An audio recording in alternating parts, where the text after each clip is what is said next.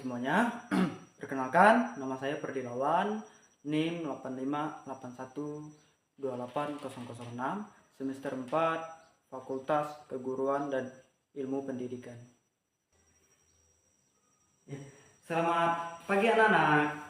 Ya, bagaimana kabarnya hari ini? Bagus, tidak terasa hari ini kita akan belajar PPKN. Ya. Nah, sebelum kita memulai pelajarannya, Bapak mau tanya dulu nih sama kalian semua. Siapa di antara kalian semua yang pernah ditegur oleh orang tua ketika kalian melakukan kesalahan? Terus, teguran seperti apa sih yang kalian dapatkan? Dan menurut kalian, kenapa sih kita itu harus ditegur, harus diingatkan terus? Ayo, apa ayo? Betul sekali ya. Jadi anak-anak, hal tadi itu berkaitan dengan yang namanya norma. Nah, norma itu sendiri adalah aturan atau pedoman yang mengatur perilaku manusia dalam kehidupan sehari-hari ya. Nah, norma itu memiliki beberapa jenis ya. Yang pertama itu norma agama. Nah, pernah dengar kan norma agama itu apa? Ya, norma agama adalah aturan yang berasal dari Tuhan. Nah, contohnya seperti apa sih Pak?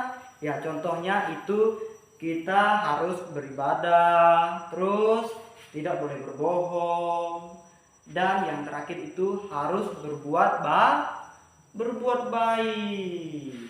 Ya, oke, kita masuk lagi ke norma yang kedua, yaitu norma kesusilaan. Nah, norma kesusilaan itu berasal dari hati nurani, ya, hati nurani kita. Contohnya seperti apa? Ayo, yang berasal dari hati nurani kita. Ya, betul. Yang pertama itu berkata jujur, tidak mencuri, serta menghormati orang lain. Nah, sudah paham kan penjelasannya tadi? Nah, sekarang kita akan masuk norma ketiga, yaitu norma kesopanan. Norma kesopanan itu berasal dari kebiasaan masyarakat. Contohnya seperti apa? Ya, betul. Contohnya itu kita itu harus berbicara sopan.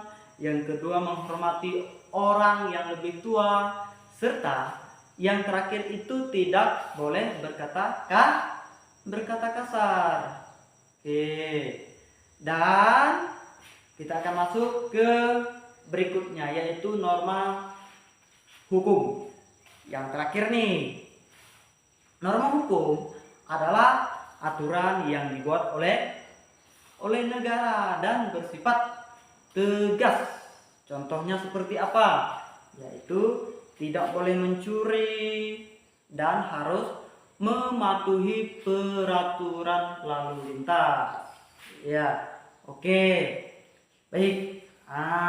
Kalau kita melanggar norma-norma dari keempat itu tadi, maka kita itu akan mendapatkan yang namanya sanksi.